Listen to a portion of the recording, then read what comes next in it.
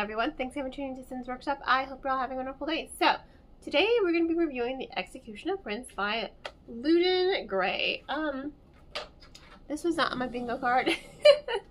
So, I requested I like free books. And so I requested to be on the street team, except not really. Not really sure how I got on the street team for this book, because it really wasn't my cup of tea. You know, I was just looking at the cover and the synopsis and I'm like, I don't know that I want to read this book. And then I got the email like, hey, you're part of the street team. I'm like, oh, okay, here we go. I fully expected not to like the book, but I'm part of the street team, so I gave it a fair shot. I'm like, okay, well, I'm going to read the book. It was great. I loved it. I love when I'm kind of forced out of my comfort zone, because then I get really pleasantly surprised. I think a lot of us, we just tend to buy what we know we like, as we should, you know, as we should. You know, just buy what you like. Life is too short to be spent wasting reading things that you don't like. One of my friends were reading When the Moon Hatched for book club. She DNF'd it at page 155. And I'm like, no, especially that was one of my favorite books, but I totally get it. She's not a fan of the female main character, even though I personally loved her. And I think she's such a badass bitch. But I agree. But I completely understand. It's like life is too short to be spent reading things that do not make you happy. So I am always happy when I'm kind of pushed out of my comfort zone. And then I'm introduced into something like new and great. And I'm like, oh my god, this is great. This is not a book I would normally pick up for myself. Not at all. You know, dark romantasy.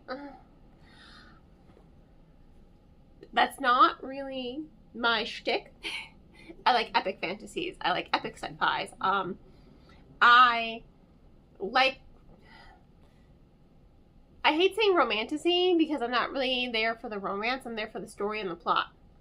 So I like fantasy with romance, even though, you know, you can call it romantasy. But I'm not really big on like the whole romance is central to the plot aspect of stories. Like, that's not my thing. I feel like if you're going to do romance in a book, you have to do it well. So I like fantasy with romance and sci-fi with romance. Like, I don't mind romance. I just don't need it to be the core of the story. So when I got this book, it was like a dark romantasy, and I'm like, I don't really like dark fantasy. I like urban fantasy, and I don't really like. I like romantasy.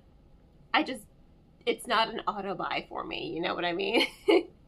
But I was really happy that this book completely out of my comfort zone, and I loved it, every minute of it.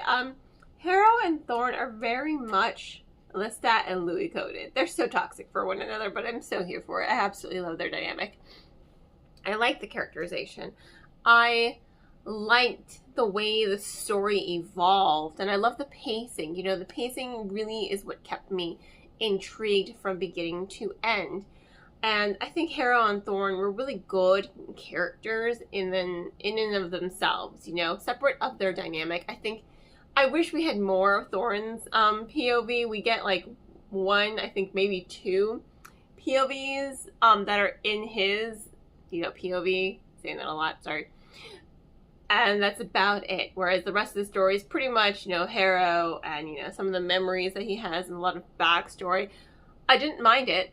I just wanted more Thorne, because I thought Thorne was just a fascinatingly tortured, brooding character. And I love tortured, brooding characters. I really, really do. Can you guess which one's Louis and Lestat? And then you have Harrow. And he's kind of brooding, but in his own way. And he has like a dual identity thing going on. He's a knight, right? But he's also the serpent of Netherhelm, or I can't really pronounce the name. It always makes me think of Nephilim whenever I was reading it. But he's like the serpent, and I'm like, okay, dual identity. You know, he's trying to avenge his like mother's death and kill nobles who abuse their power. And he does it in really gruesome ways. Let me tell you, I'm just like, holy shit,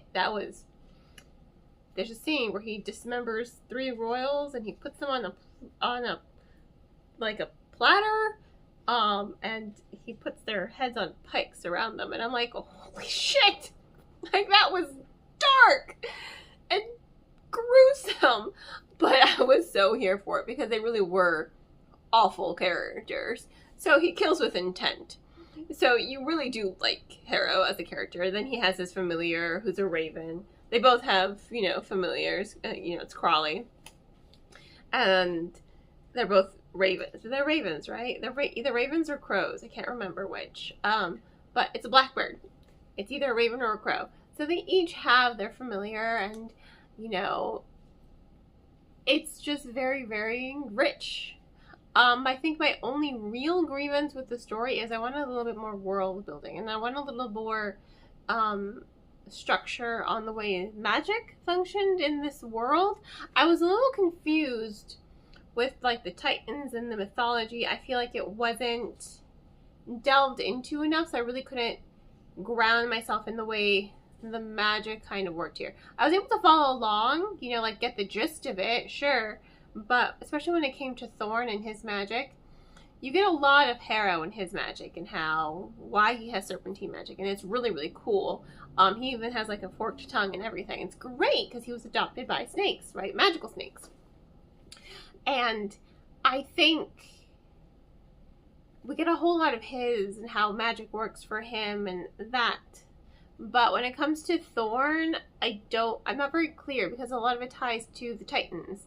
A lot of the magic, you know, with the royals, it ties into, like, the Titans and the mythology that is in the world, and I don't think we got enough of that for me to really ground myself into the magic system of the world. It left me confused sometimes how the magic was supposed to work in this world, and that's my really only grievance with the book. But other than that, I thought it was great. I'm so glad I was forced out of my comfort zone, and to the point where I ended up having such a great, you know, journey and adventure. I don't mind being forced, especially when I don't have to pay for it. Only spend money on things you like. So when I'm forced out of my comfort zone, and I'm, like, pleasantly surprised, it makes me feel really great. I'm just like, oh yeah, this is great. And now, you know, Luden Grey, she's on my radar now. And that ending, I already messaged the author, and I said, please tell me that there's going to be a book 2, because I need my boys to, you know, get back together. They didn't break up. Just, you know, royal obligations have separated them, and I'm mad about that. And she's like, yes, I'm already working on book 2. And I'm like, good, you better be. By the way, I loved your book. Really pleasantly surprised, very, very happy that I was, again, pushed out of my comfort zone and was able to read something that I really enjoyed. Because the last Street Team I was on, Tristan and the Magistery, if you saw my review, that's the book I really wanted to, you know, read and love, and it was really a huge letdown. But this one wasn't, and I'm very happy about that. And I'm so great when I'm pushed out of this is why I like being on Street Teams. Because then I'm forced to be out of my comfort zone. But yeah, thank you all for tuning in. Definitely check it out. The Executioner Prince by Luden Grey. Check it out. It's not available on Amazon, and it is also available on Barnes & Noble. And on that note, once again, thank you all for tuning in. Please don't forget to like, subscribe, and share with our book with your friends. I hope you all have a wonderful rest of your day, and as always, happy reading.